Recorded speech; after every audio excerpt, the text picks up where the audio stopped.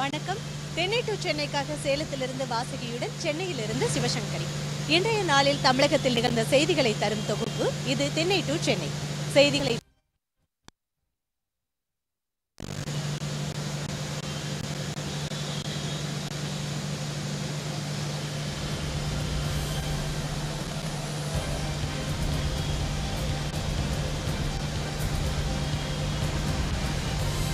அதிமுக எம்எல்ஏக்கள் 7 பேர் தினகரனுடன் திடீர் சந்திப்பு.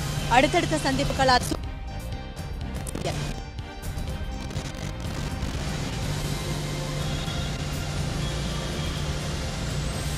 தலைமைச் செயலகத்தில் ஜெயலலிதா படத்தின் அருகே முதலமைச்சர் பழனிசாமி படங்கள்.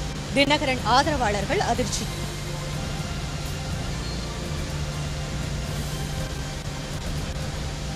சட்டப்பேரவை கூட்டத்தொடர் வரை அதிமுக ஆட்சி நிலைப்பது கேள்விக்குறிதான். மு.க. ஸ்டாலின் விமர்சனம். திமுக முன்னாள் எம்பி இரா செழியன் உடல்நலக்குறைவால் காலமானார். அவருக்கு வயது 95.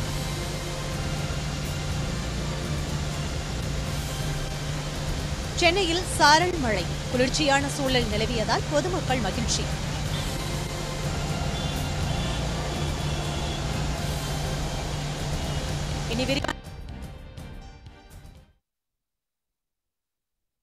தினகரனை அடுத்தடுத்து சந்தித்ததால் தமிழக அரசியல் பெரும் பரபரப்பு ஏற்பட்டுள்ளது.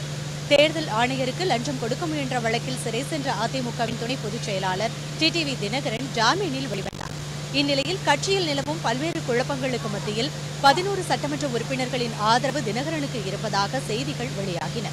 இதைத் தொடர்ந்து தற்போது செந்தில் பாலாஜி கலசப்பாக்கம்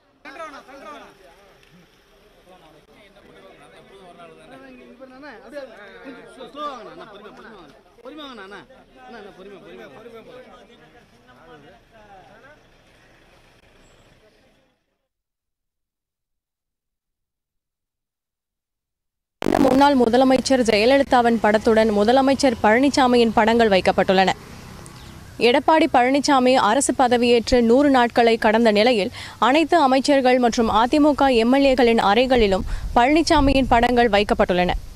இதுவரை முன்னாள் முதலமைச்சர்கள் எம்ஜிஆர், ஜெயலலிதா ஆகியோரின் படங்கள் மட்டுமே இருந்து வந்த நிலையில் தற்போது உணவுத்துறை அமைச்சர் காமராஜ், செய்தி மற்றும் விளம்பரத்துறை அமைச்சர் கடம்பூர் ராஜு, வணிகவரித்துறை மணி உள்ளிட்ட அனைத்து அதிமுக எம்எல்ஏக்கள் அறைகளிலும் பழனிசாமியின் படம் வைக்கப்பட்டுள்ளது. சசிகலா, தினகரன் ஆகியோர் கட்சியிலிருந்து தள்ளி வைக்கப்பட்டுள்ள நிலையில் அமைச்சர்கள் அனைவரும் ஒன்று சேர்ந்து தங்களது அறையில் பழனிசாமியின் படத்தை வைத்திருப்பது தினகரன் ஆதரவாளர்களை அதிர்ச்சியடைய வைத்துள்ளது. இதனிடையே முதலமைச்சர் எடப்பாடி பழனிசாமியுடன் அதிமுக சட்டமன்ற உறுப்பினர்கள் திடீரென ஆலோசனை நடத்தி வருகின்றனர். இதுகுறித்து கூடுதல் தகவல்களை தருகிறார் செய்தியாளர் தாமோதரன்.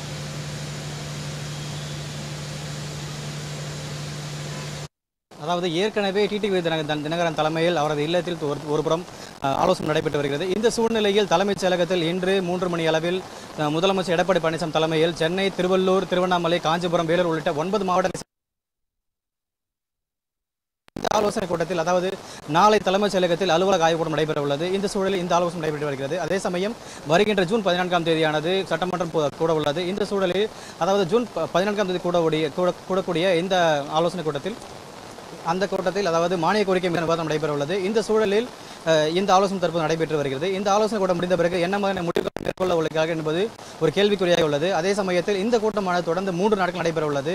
இந்த 3 நாட்கள் ஆலோசனை கூட்டத்திற்கு பிறகு என்ன மாதிரியான முடிவுகளை மேற்கொள்ள இருக்கிறார்கள் என்ற பெரிய எதிர்பார்ப்பு ஏற்படுத்தியுள்ளது. அதே சமயம் டிடிவி தரப்பிலிருந்து ஏற்கனவே ஒரு தகவல் தெரிவித்திருந்தார். அதாவது தன்னுடைய துணை பொதுச் செயலர் பதவியை நீக்க வேண்டும் என்றால் அதிமுகவுடைய பொதுச் செயலருக்கே உரிமை உண்டு என்று தகவல் தெரிவித்திருந்தார். இந்த சூழலில் இந்த நடைபெற்று வருகிறது. இந்த ஆலோசனை கூட்டம் முடிந்த பிறகு செய்தியாளர் சந்திப்பு இருக்கலாம். இந்த செய்தியாளர் சந்திப்பில் என்ன மாதிரியான முடிவுகளை அவர்கள் எடுத்துள்ளார்கள் என்ற ஒரு தகவல் வெளியாகலாம். நடைபெறவுள்ள சட்டமன்ற கூட்டத்தொடர் வரை தமிழகத்தில் அதிமுக ஆட்சி நிலைக்குமா என்பது கேள்விக்குறியாக இருப்பதாக திமுக செயல் தலைவர் மு.க. ஸ்டாலின் தெரிவித்துள்ளார். ஈரோடு அருகே செம்மாம்பாளையத்தில் திமுக சார்பில் நடைபெறும்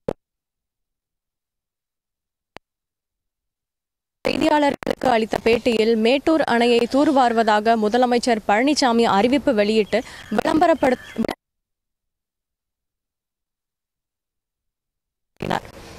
மேலும் நீதிமன்றத்தால் குற்றவாளி என அறிவிக்கப்பட்ட ஜெயலலிதாவின் படம் அனைத்து அலுவலகங்களிலும் இருக்கும் நிலையில் தற்போது பழனிசாமியின் படம் வைக்கப்படுவதில் தவறில்லை எனவும் கருத்து தெரிவித்தார்.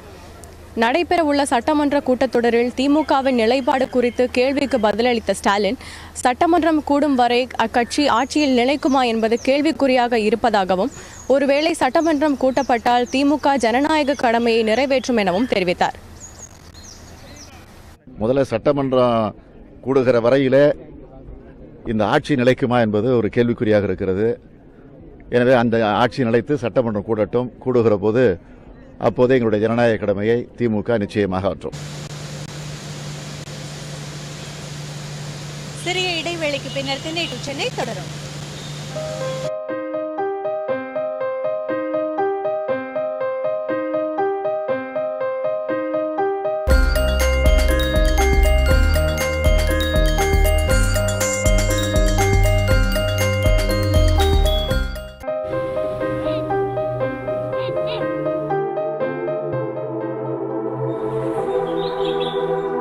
விழித்தெழும் உலகம்.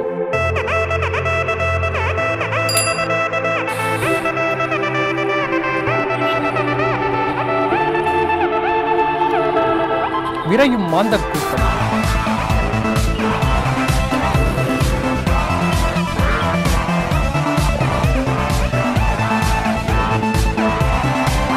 இயற்கை தரும் இனிய பரிசு.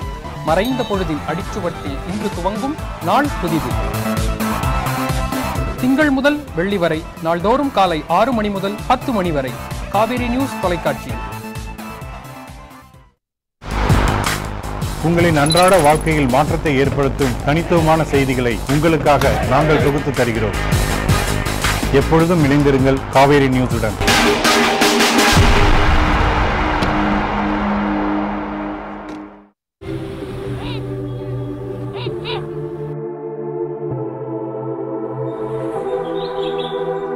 விழித்தெழும் உலகம்.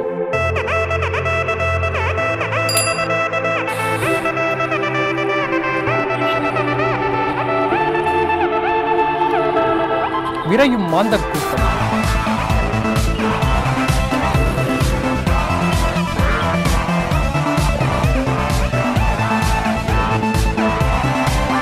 இயற்கை தரும் இனிய பரிசு. மறைந்த பொழுதின் அடிச்சுவட்டில் இன்று துவங்கும் நாள் புதிது. திங்கள் முதல் வெள்ளி வரை நாள்தோறும் காலை 6 மணி முதல் 10 மணி வரை காவேரி நியூஸ் தொலைக்காட்சியில். உங்களின் அன்றாட வாழ்க்கையில் மாற்றத்தை ஏற்படுத்தும் தனித்துவமான செய்திகளை உங்களுக்காக நாங்கள் தொகுத்து தருகிறோம். எப்பொழுதும் இணைந்திருங்கள் காவேரி நியூஸுடன்.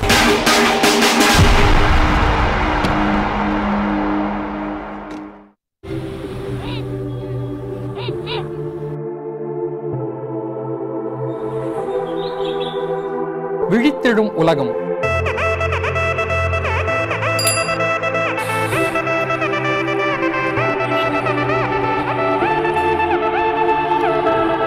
விரையும் மாந்தர் கூட்டம்.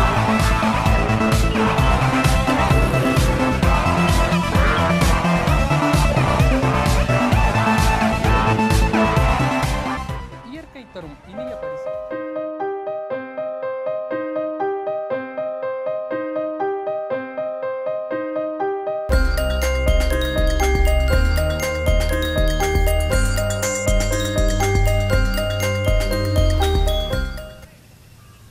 திண்ணை டு சென்னை தொடர்கிறது. திமுக முன்னாள் எம்பி ரா செழியன் உடல்நலக்குறைவால் வேலூரில் இன்று காலமானார். அவருக்கு வயது 95. திருவாரூரை சேர்ந்த இவர் அரசியல்வாதி, நாடாளுமன்ற உறுப்பினர், எழுத்தாளர் என பல தகுதிகளை கொண்டவராக திகழ்ந்தார். பல சிறுகதைகள் மற்றும் நாடகங்களையும் இவர் எழுதியுள்ளார். மாணவ பருவத்திலேயே திராவிட இயக்கத்தில் சேர்ந்து முன்னாள் முதலமைச்சர் அண்ணாதுரையுடன் நெருங்கி பழகினார்.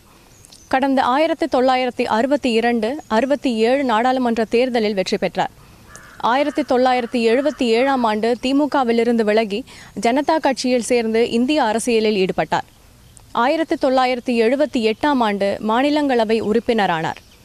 1988ஆம் ஆண்டு ஜனதா கட்சி உடைந்து VP சிங் தலைமையில் ஜனதா தளம் எனும் கட்சி தோன்றியது. ஜனதா தளத்தில் செழியன் முக்கிய பொறுப்பு வகித்தார். ராமகிருஷ்ண ஹெக்டே தலைமையில் லோகதளம் உருவானது. செழியன் அந்த கட்சியில் துணைத் தலைவரானார்.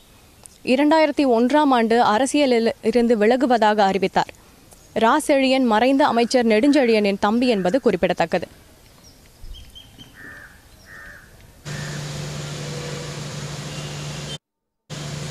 டிடிவி தினகரன் குறித்த விவகாரத்தை பொறுத்திருந்துதான் பார்க்க வேண்டும் என்றும் அவசரப்பட்டு யாரும் எந்த முடிவிற்கும் வர முடியாது என்றும் தமிழ் மாநில காங்கிரஸ் கட்சியின் தலைவர் ஜி கே வாசன் தெரிவித்துள்ளார். கன்னியாகுமரி மாவட்டம் கருங்கலில் செய்தியாளர்களிடம் பேசிய அவர், தமிழகத்தில் தற்போதைய ஆட்சி நிலைக்குமா அல்லது நீடிக்குமா என்பது குடியரசுத் தலைவர் தேர்தலுக்கு பின்னர் தான் தெரியும் என்றும் குறிப்பிட்டார். தினகரன் அவர்களை பற்றிய அமைச்சரவையினுடைய இன்றைய முடிவு, இதனுடைய அறிவிப்புக்கான உள்நோக்கம் என்ன, உண்மை நிலை என்ன, பொறுத்திருந்து பார்க்க வேண்டும்.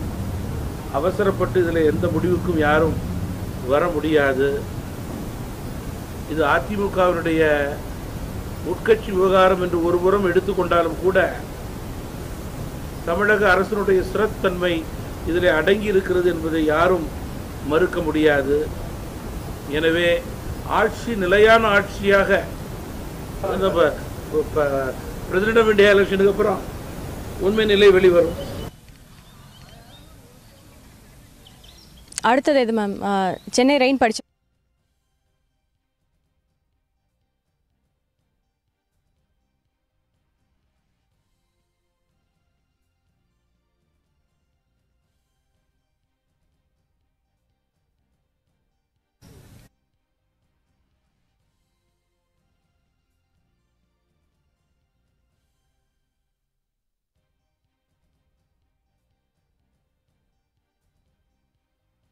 சில இடங்களில் சாரல் மழை பெய்து வருவதால் பொதுமக்கள் மகிழ்ச்சி அடைந்துள்ளனர். தமிழ்நாட்டில் பருவமழை பொய்ததால் இந்த ஆண்டு கடுமையான வெப்பம் நிலவி வருகிறது.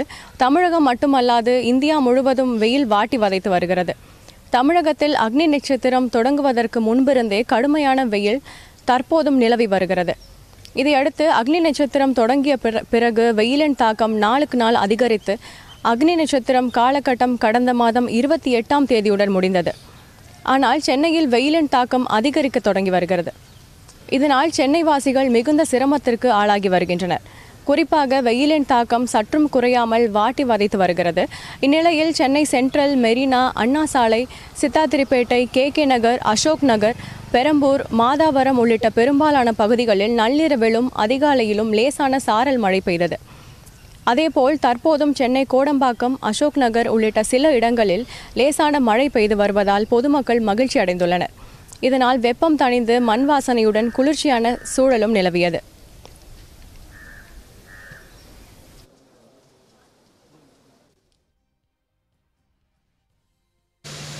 காவிரி டெல்டா மாவட்டங்களில் இந்த ஆண்டு சம்பா சாகுபடி நெல் உற்பத்தி 90% குறைந்துள்ளது. காவிரி டெல்டா மாவட்டங்களில் 10 லட்சம் ஏக்கருக்கு மேல் சம்பா நெல் சாகுபடி நடைபெறுவது வழக்கம். ஏக்கருக்கு குறைந்தபட்சம் 2 டன் வீதம் 20 லட்சம் டன் நெல் உற்பத்தி செய்யப்படும். ஆனால் இந்த ஆண்டு வறட்சியின் காரணமாக சுமார் 3 லட்சம் ஏக்கரில் மட்டுமே நெல் சாகுபடி நடைபெற்றது. தமிழ்நாடு நுகர்பொருள் வாணிபக் கழகத்தின் நேரடி கொள்முதல் நிலையங்களில் 2 லட்சம் மெட்ரிக் டன்னுக்கும் குறைவான நெல்லை கொள்முதலாகியுள்ளது. தமிழ்நாடு நுகர்பொருள் வாணிபக் கழகம் தனது நேரடி நெல் கொள்முதல் நிலையங்கள் மூலமாக கடந்த ஆண்டு தஞ்சை மாவட்டத்தில் 4.5 லட்சம் மெட்ரிக் டன்னும், திருவாரூர் மற்றும் நாகை மாவட்டத்தில் 8.16 லட்சம் மெட்ரிக் டன்னும் கொள்முதல் செய்தது. மொத்தம் 12,66,000 மெட்ரிக் டன் நெல் கொள்முதலானது. ஆனால் இந்த ஆண்டு தஞ்சை, திருவாரூர், நாகப்பட்டினம் மாவட்டங்களில் 1,99,991 மெட்ரிக் டன் அளவே நெல் கொள்முதலாகி உள்ளது. இதனால் 1,500 கோடி ரூபாய்க்கும் மேல் தமிழக அரசுக்கு வருவாய் இழப்பு ஏற்பட்டுள்ளது. கர்நாடகம் தமிழ்நாட்டுக்கு தர வேண்டிய காவிரி நீரை தர மறுத்ததாலும், தென்மேற்கு மற்றும் வடகிழக்கு பருவமழை பெய்யாததாலும் தமிழகம் எங்கும் வரலாறு காணாத வறட்சி ஏற்பட்டது. இதனால் காவிரி டெல்டா விவசாயிகள் சம்பா சாகுபடியை மேற்கொள்ள முடியாத நெருக்கடி நிலைக்கு தள்ளப்பட்டனர்.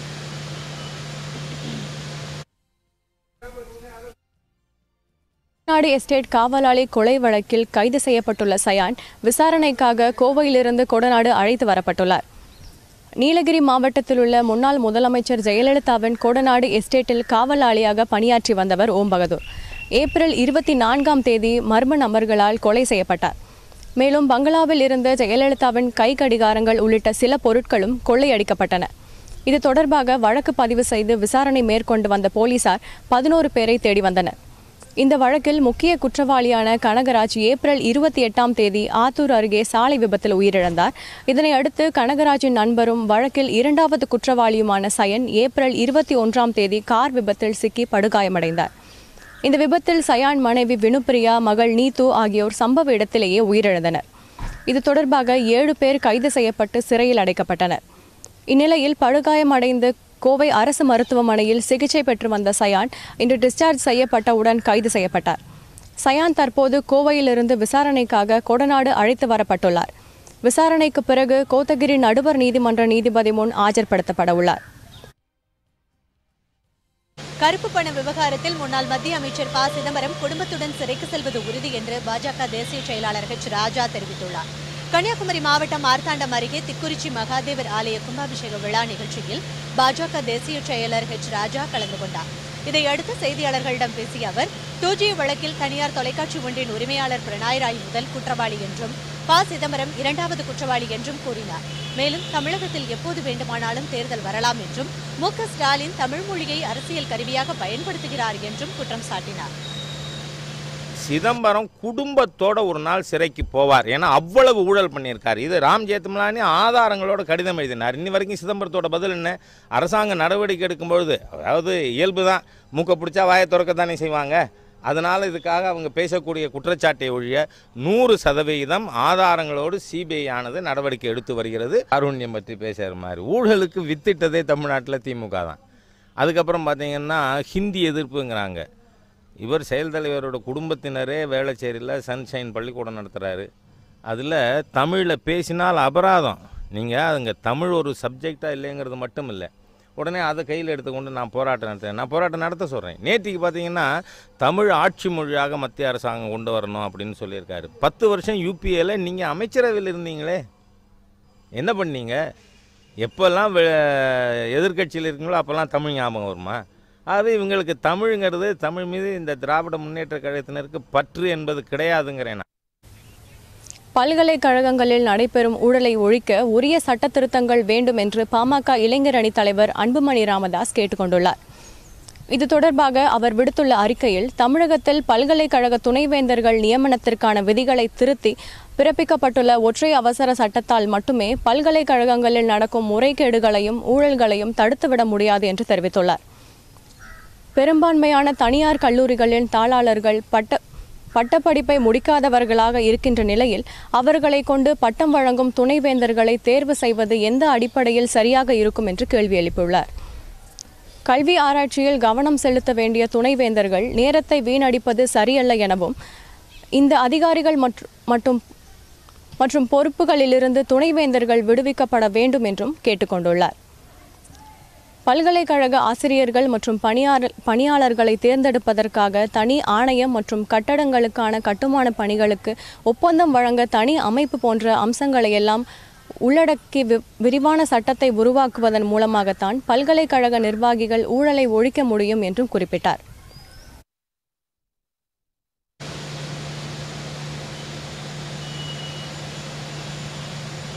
காஞ்சிபுரம் அருகே கழுத்து நெரிக்கப்பட்ட நிலையில் பெண்ணின் சடலத்தை போலீசார் கண்டெடுத்துள்ளனர்.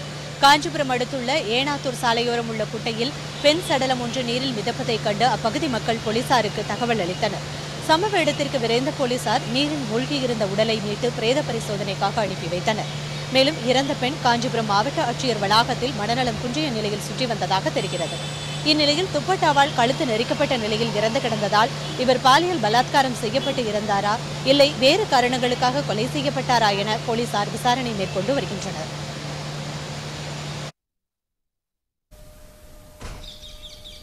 கன்னியாகுமரி பகவதி அம்மன் கோவில் தேர் திருவிழாவையொட்டி விவேகானந்தர் நினைவு மண்டபத்திற்கு படகு போக்குவரத்து 2 மணி நேரம் நிறுத்தப்பட்டது. உலக சுற்றுலா தலமான கன்னியாகுமரிக்கு தினம்தோறும் உள்ளூர் மற்றும் வெளிநாடுகளிலிருந்து ஏராளமான சுற்றுலா பயணிகள் வந்து செல்கின்றனர்.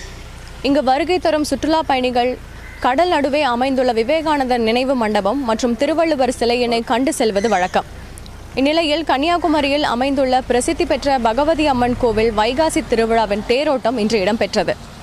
இதையொட்டி விவேகானந்தர் நினைவு மண்டபத்திற்கு பூம்புகார் கப்பல் போக்குவரத்து கழகம் சார்பில் இயக்கப்பட்டு வரும் படகானது காலை 8 மணி முதல் 10 மணி வரை இயங்கப்படாது என அதன் நிர்வாகம் தெரிவித்திருந்தது. அதன்படி படகு போக்குவரத்து நிறுத்தி வைக்கப்பட்டது. இதன் காரணமாக கன்னியாகுமரிக்கு வந்த சுற்றுலா பயணிகள் காத்திருந்த நிலையில் 2 மணி நேரத்திற்கு பின்னர் படகு போக்குவரத்து மீண்டும் தொடங்கப்பட்டது. இத்துடன் தென்னை டு சென்னை செய்திகள் நிறைவடைந்தது. மீண்டும் சந்திப்போம். நன்றி, வணக்கம்.